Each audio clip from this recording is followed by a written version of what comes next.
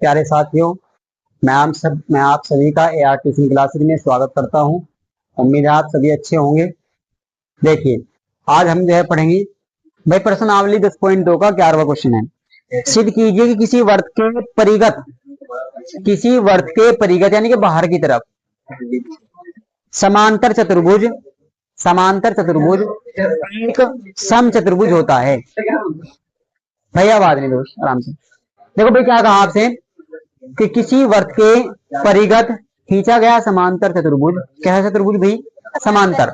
ये चतुर्भुज समांतर चतुर्भुज है, दिया है हमें उसने। और ये एक सम चतुर्भुज भी होता है, ये आपको दिखाना है सिद्ध करके। देखो, समांतर चतुर्भुज और सम चतुर्भुज में फर्क क्या है, अंतर क्या है। समांतर चतुर्भुज की सम्मुख भुजाएं समान और समांतर होती है। क्या बता रहा भाई? नहीं भाई, उतारने के लिए नहीं कहा मैंने, सुन ले पहले। समांतर चतुर्भुज की सम्मुख भुजाएं यानी कि आमने सामने की भुजाएं क्या होती है? बराबर होती है। लेकिन सम चतुर्भुज की चारों भुजाएं समान होती है। चारों भुजाएं क्या होती है?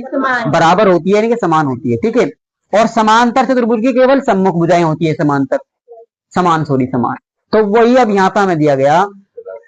सुनो फिर से, हमें उसने कहा कि एक वर्त है और वर्त के जो है ना परिगत यानी कि बाहर की ओर एक समांतर चतुर्भुज है। क्या चतुर्भुज है?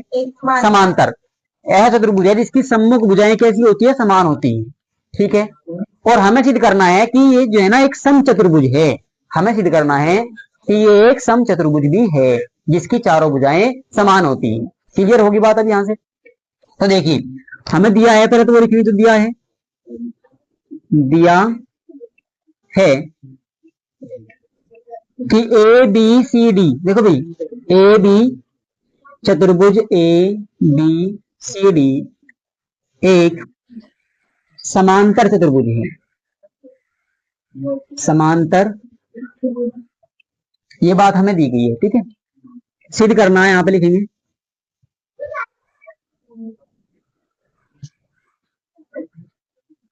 सिद्ध करना है कि चतुर्भुज ए बी सी डी एक सम चतुर्भुज है। चतुर्भुज ए बी सी डी एक सम चतुर्भुज है।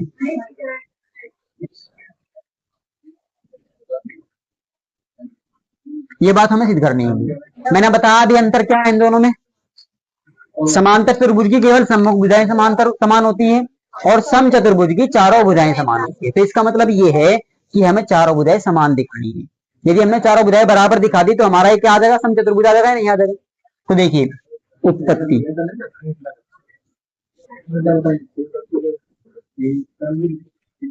लिखेंगे भाई। देखो, हमें दिया गया, चूंकि ये समांतर चतुर्भुज है, हम लिखेंगे चतुर्भुज ए बी सी डी एक समांतर चतुर्भुज है। इसलिए आप कहेंगे ए बी बराबर है किसके भाई? सी डी के। ए बी सी डी की है या नहीं भाई? सम्मुख भुजा बताई मैंने, आप ये भी बराबर होती है। तो ए बी बराबर सी डी के, समीकरण नंबर एक। ठीक है यहां तक? या इसे आप कह लो पूरी फर्स्ट मान लो, वन, ऐसे। ठीक है। और और और बी सी बराबर किसके होगी भाई? ए डी के होगी। बी सी बराबर किसके होगी? ए डी के होगी, समीकरण नंबर 2। अब यहां से देखे भाई, देखो ये जो बिंदु है ए बिंदु, ये इस पे स्पर्श रेखा है या नहीं है? स्पर्श रेखा स्पर्श कर रही है वर्त को, यहाँ पे इस बिंदु पे स्पर्श कर रही है। और बाहर बिंदु से यानी कि वर्त के बाहर स्थित किसी बिंदु से वर्त पर खींची गई स्पर्श रेखा, ये वाली ऐसे आपस में कैसी होती है? बराबर होती है। वर्त के बाहर स्थित किसी बिंदु से वर्त पर खींची गई स्पर्श रेखा आपस में कैसी होती है? बराबर होती है। तो एक ही पॉइंट है, जब खींची गई एपी और एएस आपस में बराबर होगी। ऐसे ही बीपी और बीक्यू बराबर होगी। ऐसे ही सी क्यू और सी आर बराबर होगी। इस तरीके से बराबर होगी या नहीं? तो आप लिखेंगे एपी एपी बराबर है किसके? एएस के। ठीक है। सामने लिखो भाई, वर्त के बाहर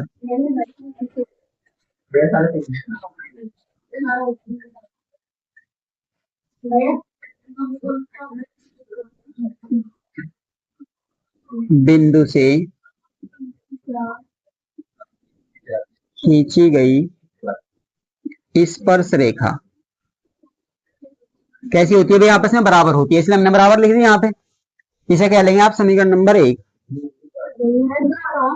देखो ये हमने जो है ना पूरा 1 मानना है, 2 मानना है, यहाँ पे ये वाली 1 मान, ठीक है। आप दूसरा देखिए दी, इसी तरीके से आप यहां से देखें दूसरे, आप कह सकते हैं कि बी पी बराबर है किसके? बी क्यू के। बी पी बराबर है किसके? बी क्यू के। और यही बात आप लिखेंगे सामने भाई समीकरण नंबर, ऐसे यहाँ पे देखेंगे भाई आप कहेंगे आर डी बराबर है किसके? आर डी बराबर है किसके? आर डी बराबर है एस डी के। समीकरण नंबर 3, वहां से देखिए वहां लिखेंगे आर सी बराबर किसके भाई? सी क्यू के।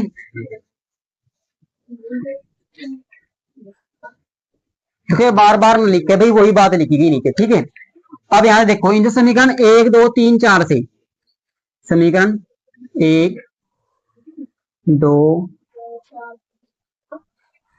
3 व 4 से सारी हम क्या कर रहे हैं भाई? जोड़ देंगे, सारी चारों समीकरणों को जोड़ देंगे। ऐसे कर लो, व 4 को जोड़ने पर,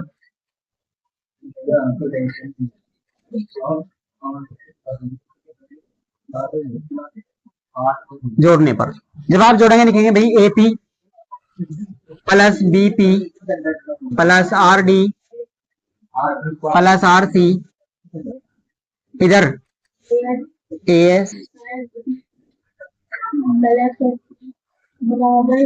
प्लस सी क्यू। जोड़ दी भाई चारों की चारों, इधर वाली 4 इधर वाली 4 जोड़ दी हमने यहाँ से। अब देखो ए पी और बी पी, ए पी और बी पी दोनों मिला के भाई ये वाली दोनों ए पी और बी पी मिला के क्या बनेगी? ए बी बनेगी। आप लिख देंगे A P, sorry A B, A B. आगे यहां से आर डी देखो भाई, आर डी और आर सी दोनों मिला के क्या बनेगी? C D, C D, C D कह लो या डी सी कह लो, ठीक है भाई। इधर देखिए, इधर ए एस और एस डी, देखो ये वाली और ये वाली, इन दोनों को जोड़ के क्या बनेगी? A D.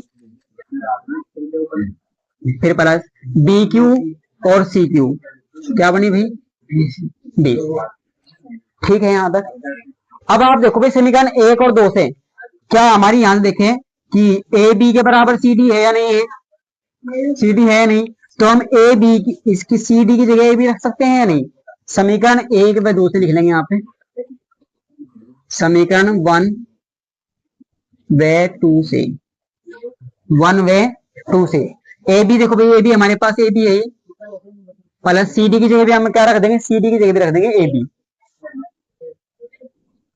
ऐसे इधर देखेंगे ये बीसी है हमारे पास, बीसी, इस एक जगह भी बीसी रख देंगे, तो बीसी प्लस बीसी।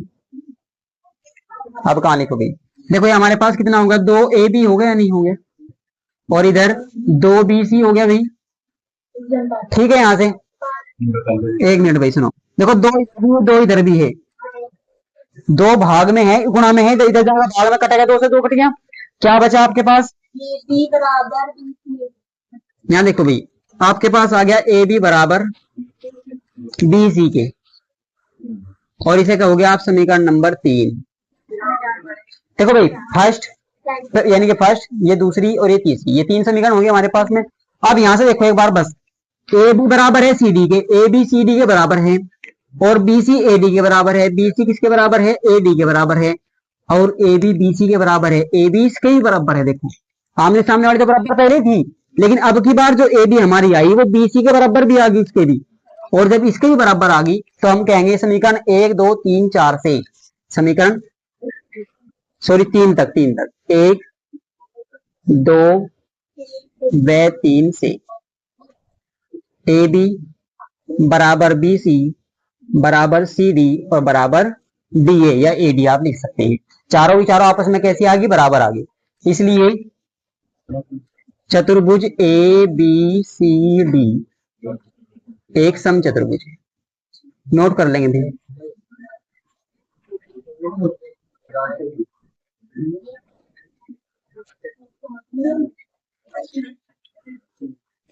भाई कहीं समझ में ना आया हो पूछ सकते हैं। अब सारा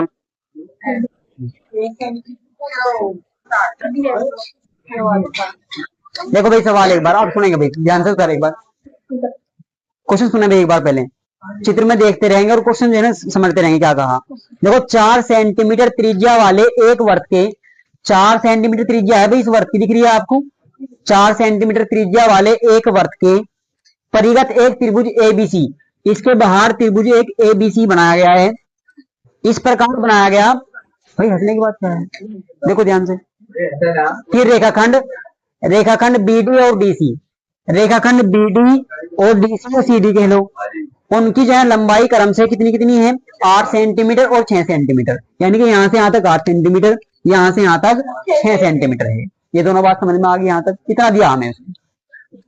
आगे उसने कहा आपसे कि भुजाएं ए बी और ए सी ज्ञात कीजिए।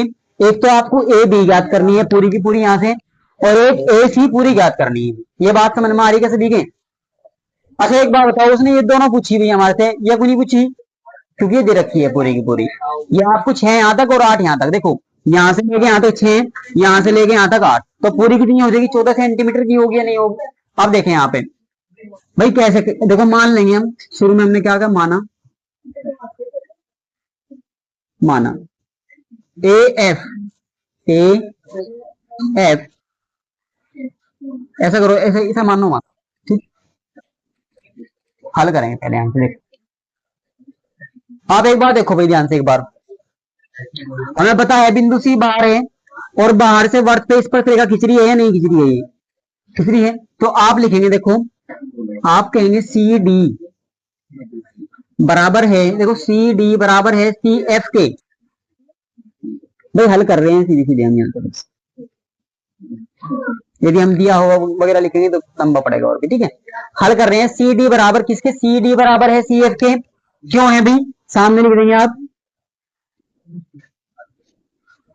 बराबर किसके 6 सेंटीमीटर के और सामने लिख देंगे स्पर्श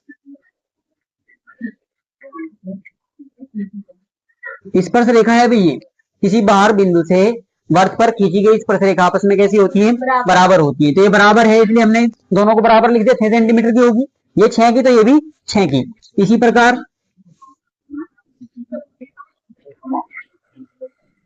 प्रकार आप कहेंगे बी डी बराबर है बी ई के बी डी बराबर है ई के कितने की 8 सेंटीमीटर और भाई यही बात ऊपर वाली ठीक है क्लियर यहाँ तक। क्या आप ये कहेंगे ये बराबर है और ए एफ बराबर है ए ई के ए एफ बराबर है ए ई के जो कि हमने क्या मान ली है एक्स मान ली है ठीक है एक्स सेंटीमीटर यहाँ तक समझ में आ रही बात। अब भाई आप लिखेंगे पूरी लंबाई बताओ आप क्या क्या होंगी इनकी आप कहेंगे ए बी पहले बताओ भाई ए बी देखो ए बी पूरी कितनी होगी एक्स प्लस 8 होगी या नहीं होगी भाई ये वाली प्लस ये वाली दोनों जुड़ के किसके एक्स प्लस 8 लिख लो या एक्स 8 प्लस एक्स लिख लेंगे। ये ए बी का मान और ए सी का मान बताओ भाई ए सी एक्स प्लस 6 होगी या नहीं होगी एक्स प्लस 6 और बी सी आपकी 6 प्लस 8 यानी कि कितनी 14 सेंटीमीटर। क्लियर होगी भाई तीनों बातें यहाँ तक हमारे पास तीनों भुजाएं हैं या नहीं है। अब एक बात देखेंगे हमारे पास एक हो परिमाप क्या हो परिमाप होता है तीनों भुजाओं का योगफल। देखो किसी भी आकृति का यदि हम परिमाप निकाल रहे तो उसके बाहर की माप टोटल जो हो उसे हम क्या कहें परिमाप कहते हैं। किसी भी आकृति का परिमाप उसकी बाहर की माप होती है। हमारे पास ही त्रिभुज है ए बी सी देखो भाई ए बी सी यदि हमें इसका त्रिभुज का परिमाप निकालना हो तो आप क्या करेंगे तीनों भुजाओं को जोड़ देंगे तो हमारे पास परिमाप आ जाएगा। और यदि हमें आधा परिमाप निकालना हो कैसे निकालना हो तो हम उसे 2 से भाग देंगे या नहीं देंगे भाई पूरे परिमाप को यदि हम 2 से भाग दे देंगे तो हमारे पास आधा परिमाप आवेगा या नहीं आवेगा। तो आप लिखेंगे त्रिभुज ए बी सी का अर्ध परिमाप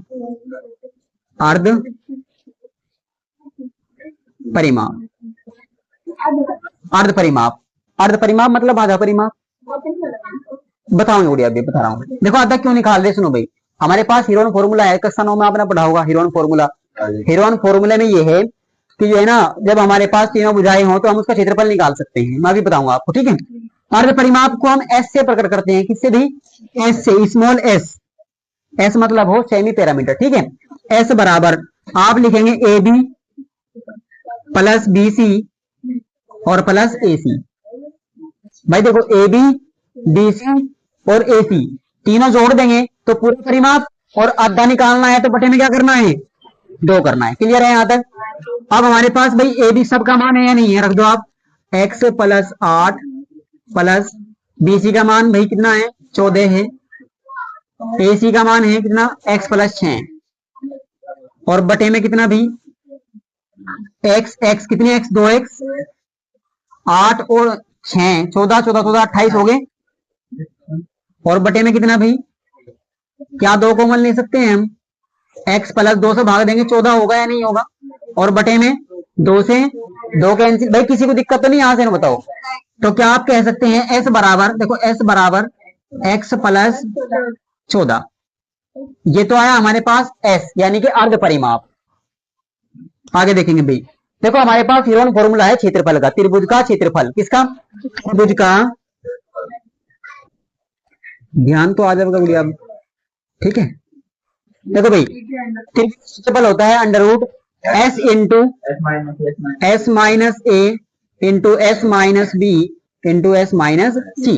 और ये ए बी सी क्या है यहाँ पे? ये एक भुजा, पहली भुजा की माप, दूसरी भुजा की माप, तीसरी भुजा की माप, ए बी सी का मान। क्लियर है यहाँ से?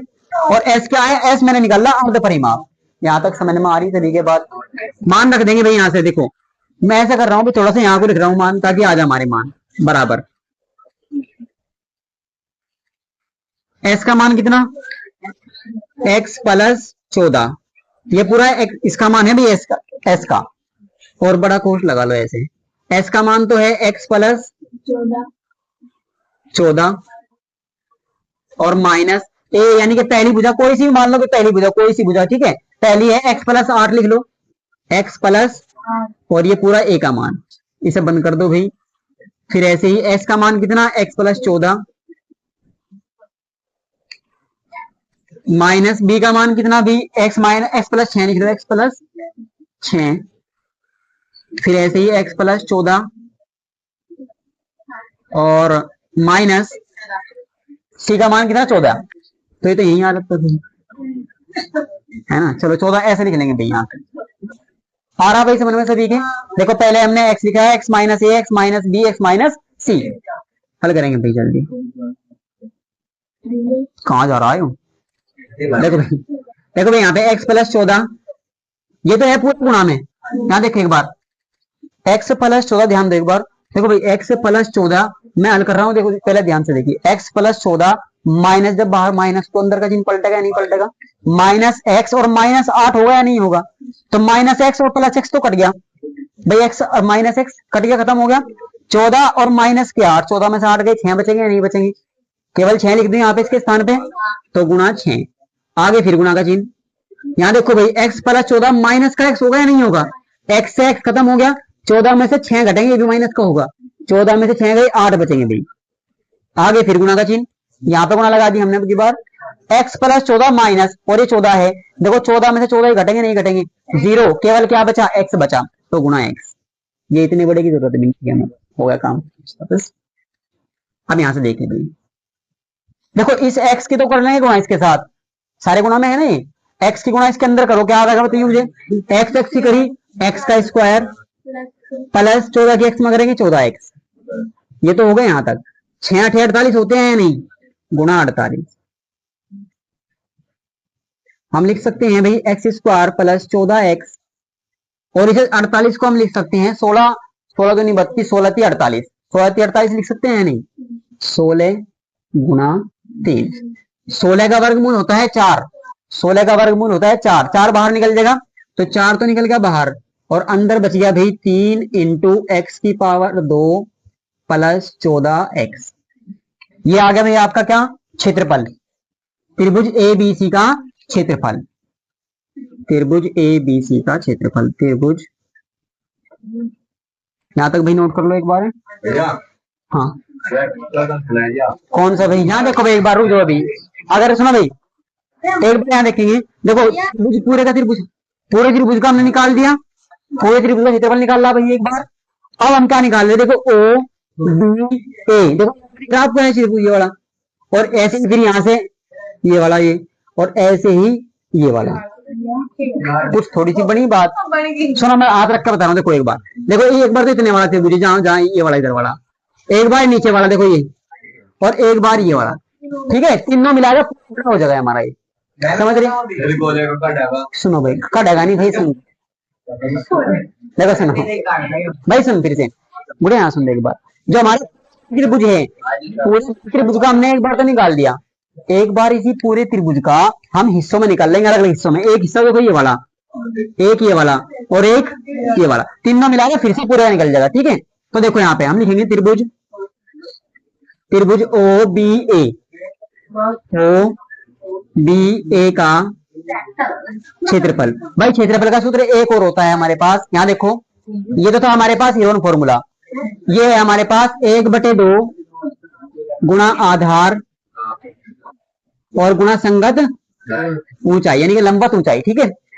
यहाँ पे इस वाले त्रिभुज में देखो एक बार, इस वाले त्रिभुज में भाई ये तो है आधार इसका पूरा, और ये है इसकी संगत ऊंचाई, ये लंबवत है भाई, यहाँ पे देखो 90 डिग्री, ये भी 90 डिग्री, और ये भी 90 डिग्री। तो आप कहेंगे आधार कितना है बताओ, 1/2 गुणा आधार है आपका ए बी, और ऊंचाई है भाई ओ ई, मान रखेंगे इसका 1/2 गुणा ए बी का मान है x+8, और गुणा ओ ई का मान है 4। ऐसा कर लो भाई, ऐसे 2 से काटेंगे 2 दूनी, हमारे पास आ गया भाई ये 2 की गुणा कर लो, 2x+8 दूनी 16, ये आ गया नहीं आ गया, इतने इतने वर्ग सेंटीमीटर। फिर से निकाल लेंगे भाई त्रिभुज, अब की बार नीचे वाला लो, ओ बी सी, सी का क्षेत्रफल 1/2 गुणा आधार, यहाँ देखो भाई अब के बाद क्या होगा इसमें, 14 होगा नहीं, बीसी का मान 14 लिख दो यहाँ पे, 14 गुणा आधार, सॉरी ऊंचाई इसकी भी 4 है, 2 से भाग देंगे, 2 दूनी 14 दूनी 28 वर्ग सेंटीमीटर। यहाँ भी लिख लो भाई वर्ग सेंटी। अब यहाँ से फिर देख एक बार, अब की बात ये वाला देखो, इधर वाला त्रिभुज ये वाला, आप लिखेंगे त्रिभुज ओ ए सी का क्षेत्रफल 1/2 गुणा आधार कितना है इसका, x+6, देखो ये पूरा आधार है x+6, और गुणा इसकी ऊंचाई कितनी है 4, 2 दूनी। एक बात और सुनो भाई, देखो यदि जैसे ये 6 है, ये नहीं कट सकता 2 से, क्योंकि ये तो जोड़ में है, और ये पूरी की पूरी संख्या गुणा में है, तो इसलिए 4 को भाग दे सकते हैं। तो 2 दूनी 4, हमारे पास बचा कितना, 2 की गुणा करो इसके अंदर, तो 2x+6 दूनी 12 वर्ग सेंटीमीटर। तीनों निकाल दिया हमने, नहीं निकाल दिया अभी, अब तीनों का जोड़ के पूरा है या नहीं ये बताओ आप, और ऐसे ही पूरे का हमने निकाल रखा, तो क्या दोनों को बराबर रख सकते हैं भाई, पूरे त्रिभुज को निकाल रखा है और तीनों पार्ट में निकाल रखा है पूरे त्रिभुज का क्षेत्रफल बराबर रख सकते हैं। तो आप रखेंगे त्रिभुज ए बी सी का क्षेत्रफल बराबर होगा, अंग्रेजी में लिख लो भाई, अंग्रेजी में एरिया त्रिभुज, छोटा लिखना पड़ेगा ना आप बुढ़िया, अंग्रेजी में छोटा लिखना पड़ेगा, एरिया त्रिभुज ओ बी ए, एरिया क्षेत्रफल गया, त्रिभुज एरिया त्रिभुज ओ बी सी और प्लस एरिया त्रिभुज ओ ए सी। भाई अब सुनो, तीनों त्रिभुज का क्षेत्रफल मिलाकर किसके बराबर होगा, बड़े त्रिभुज एबीसी के। क्लियर है, यहां से मान रख दो, इसका मान तो है हमारे पास ये 4√3 इंटू x² प्लस 14x, इधर भाई इसका मान रखो सारा होगा क्या है, इसका तो है 2x प्लस 16 प्लस का निशान, ओबीसी का मान है 28 प्लस इसका मान है 2x प्लस 12। हल करो भाई, देखो ये तो है आपके पास 4 इंटू 3x² प्लस 14x भाई बताओ 2x और 2x कितने एक्स, 4x। और इन्हें सबको जोड़ो भाई, देखो 28 और 12 40, 40 में 16 जोड़ेंगे कितने होंगे 56, प्लस के 56 अंडर रूट।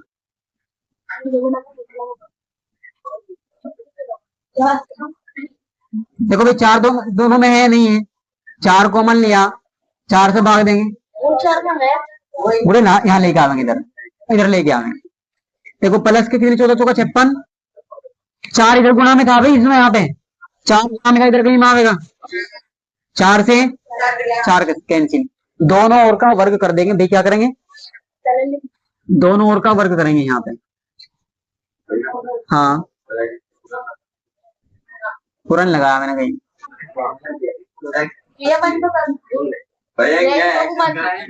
अच्छा सॉरी भाई, ठीक है। एक्स स्क्वायर प्लस भाई, शोर मत करो बिल्कुल भी, ठीक है। यहाँ देखो x प्लस 14,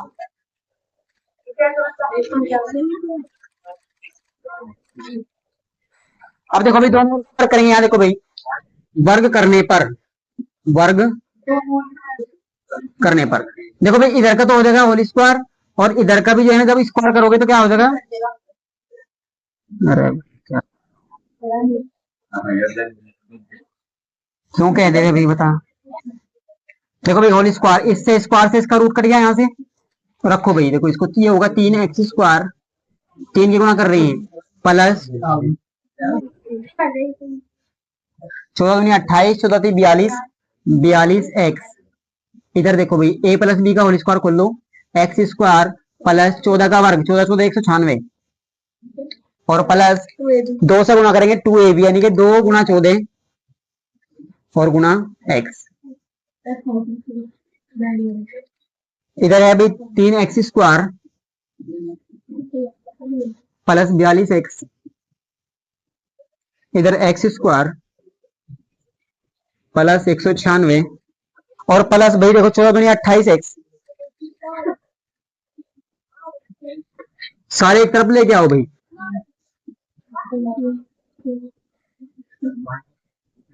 हाँ इधर,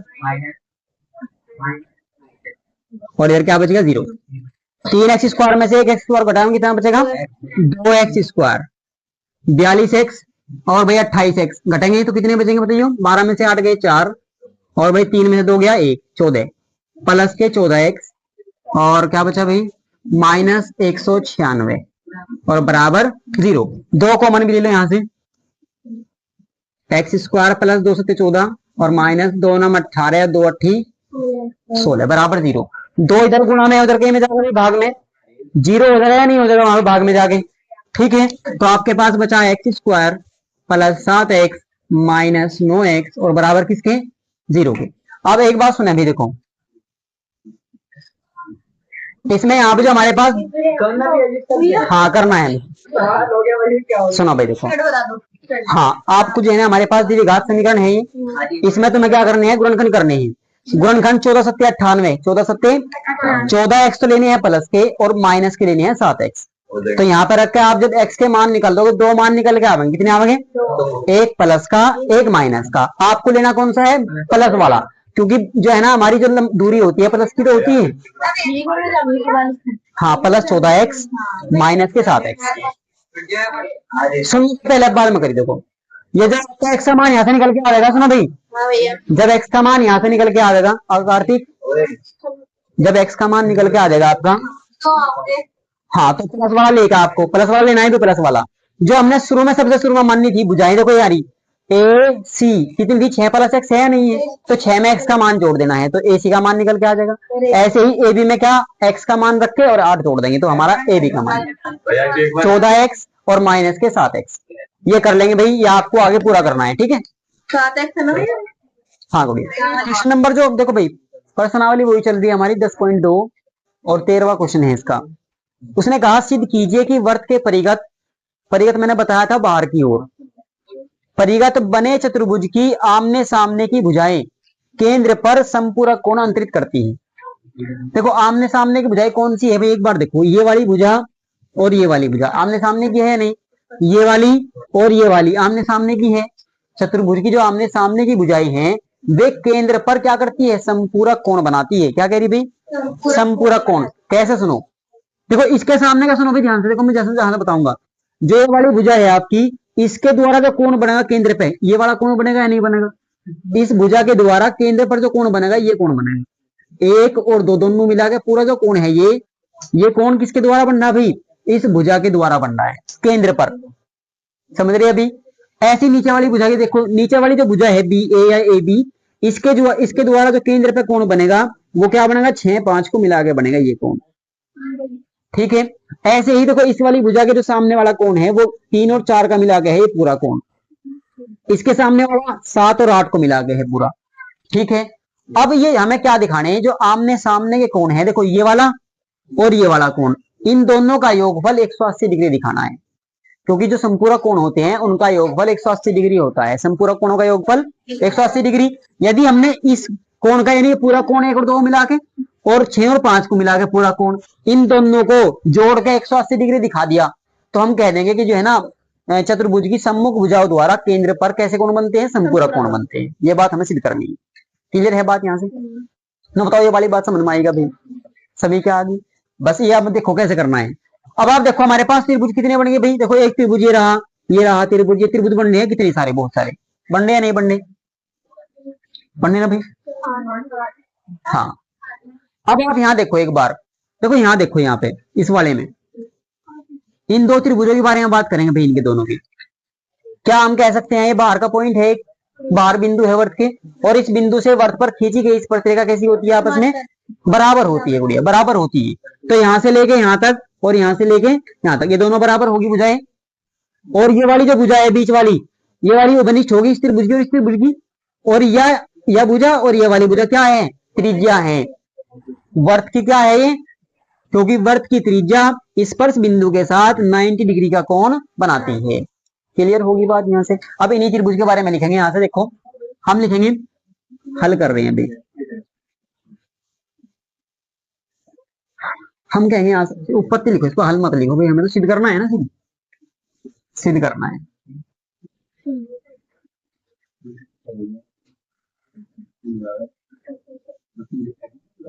देखो आप लिखेंगे त्रिभुज, यो ओ है बिंदु पे केंद्र, जो केंद्र है हमारा वो ओ है, तो आप लिखेंगे ओ एच डी, त्रिभुज ओ एच डी और ओ जी डी में, वे त्रिभुज ओ जी डी में आप कहेंगे भाई कि एच डी, देखो आपका त्रिभुज एक तो ये वाला है, एक त्रिभुज है ये वाला, ध्यान देंगे मशीनी पे। एक तो आप लिखेंगे डी एच बराबर डी जी के, डी एच भाई इस वाले त्रिभुज की तो है डी एच, उस वाले त्रिभुज की क्या है डी जी, डी एच बराबर डी जी के। क्यों, सामने लिख देंगे बाह्य बिंदु से स्पर्श रेखा है ना, बाह्य बिंदु से स्पर्श रेखा से लिख देंगे, बाह्य बिंदु से वर्त पर स्पर्श रेखा बराबर होती है।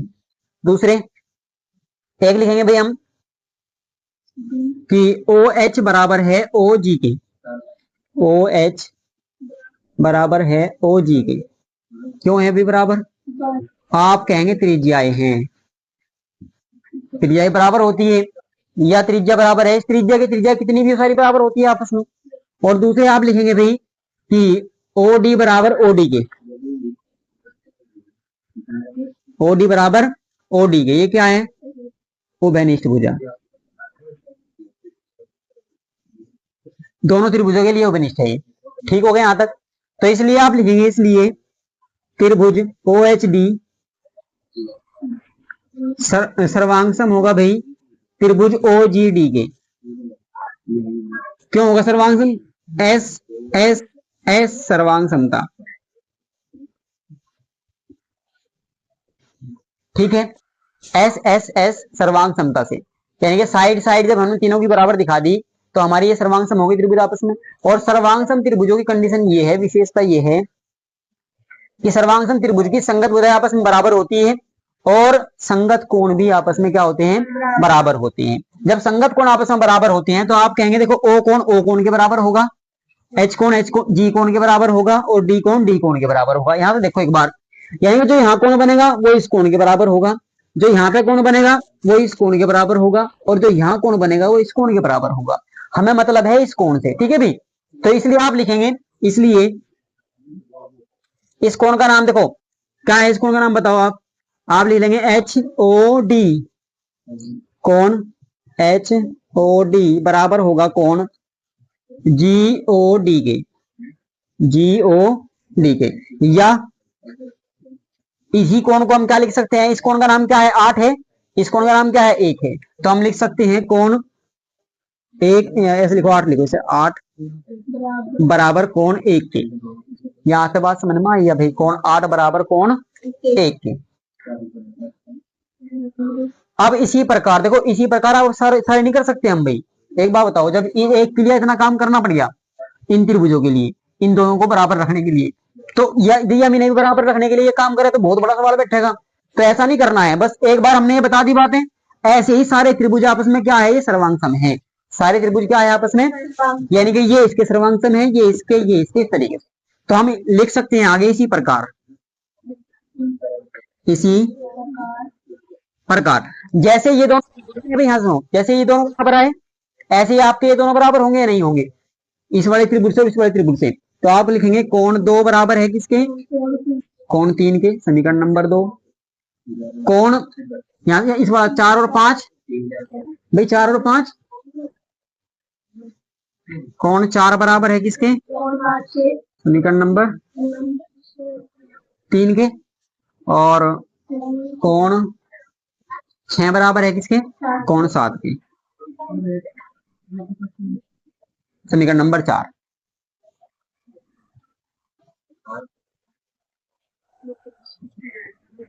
ठीक है भाई यहां तक। अब इधर देखो, आप एक बार बताओ भाई, यहां से देखो एक बार, ये पूरा का पूरा कोण कितने का है, पूरा 360 डिग्री है।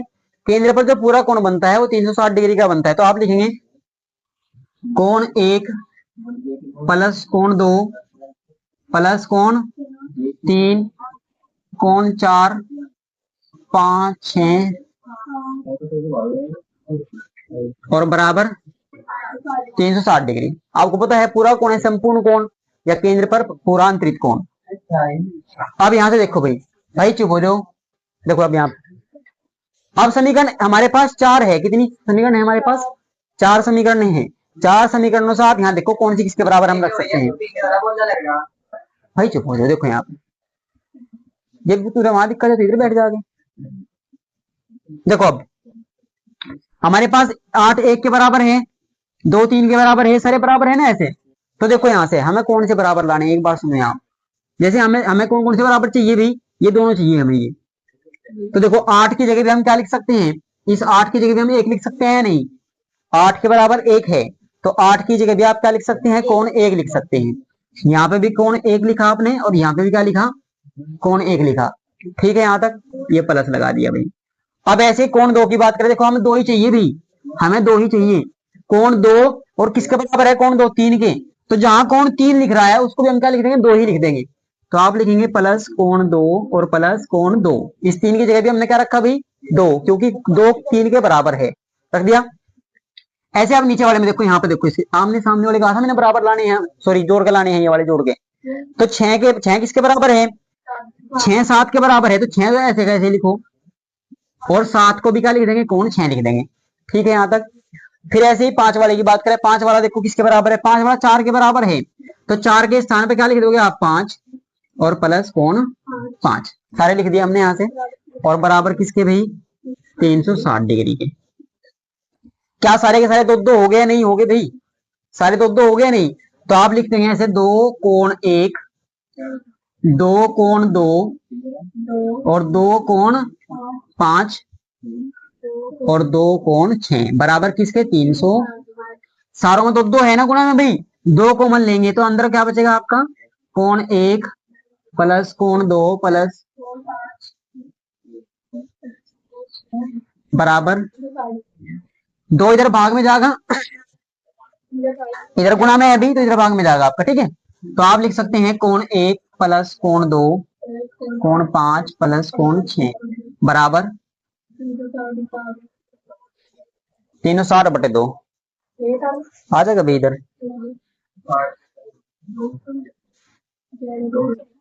अब आप एक बात देखो भाई, इसे दोनों को इसे एक साथ लेंगे, कोण 1 और कोण 2 को, कोण 1 और प्लस कोण 2, इसे कोष्ठ के अंदर ऐसे ले लेंगे। ऐसे ही इस वाले को आप प्लस कोण 5 प्लस कोण 6 इन्हें कोष्ठ के अंदर ले लेंगे, और बराबर किसके 180 के। यहां तक बात समझ में आ रही है भाई। क्या कोण 1 और कोण 2 को हम लिख सकते हैं DOC या COD, दोनों को मिला के भाई। देखो ये वाला और ये वाला कोण दोनों मिला के CO, ये O है बिंदु, ये वाला OD, COD इसके सामने रख सकते हैं हम भाई। ये वाला जुड़ के 1 और 2 की जगह आप लिख देंगे कोण COD, आगे प्लस का चिन्ह, नीचे वाला ये वाला देखो 5 और 6 मिला के क्या बन रहा है, आप कहेंगे BOA या AOB, कोण AOB बराबर किसके 180 के। आगे भी ये वाले, ये आमने सामने कोण हमारे कितने आगे 180 का आगे नहीं आगे। और जब कोई दो कोणों का योगफल 180 डिग्री हो, उन्हीं को हम कहते हैं संपूरक कोण। क्या कहते हैं उन्हें? संपूरक कोण। तो इसी प्रकार देखो यहां से इसे कहो समीकरण ए, और इसी प्रकार आप ये वाला भी लिख सकते हैं। क्या वाला, इसका नाम क्या है भाई? COB, कोण COB प्लस कोण AOD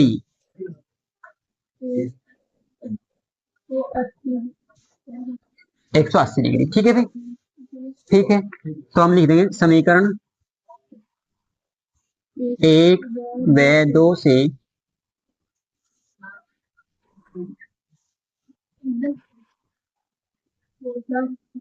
ए और बी लिख रखा भाई हमने वहां पे, ए और बी।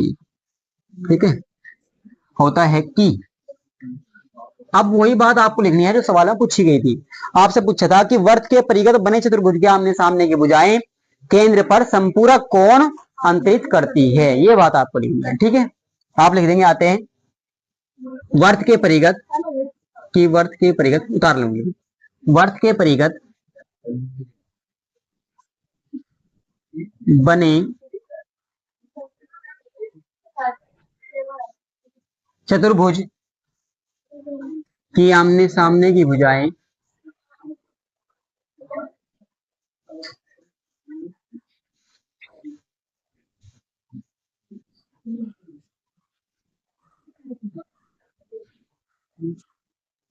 केंद्र पर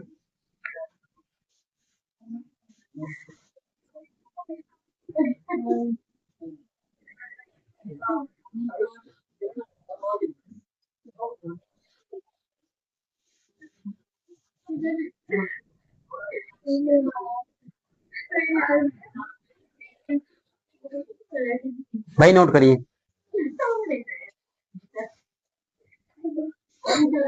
ये एक्सरसाइज पूरी होगी भी आपकी। ठीक है,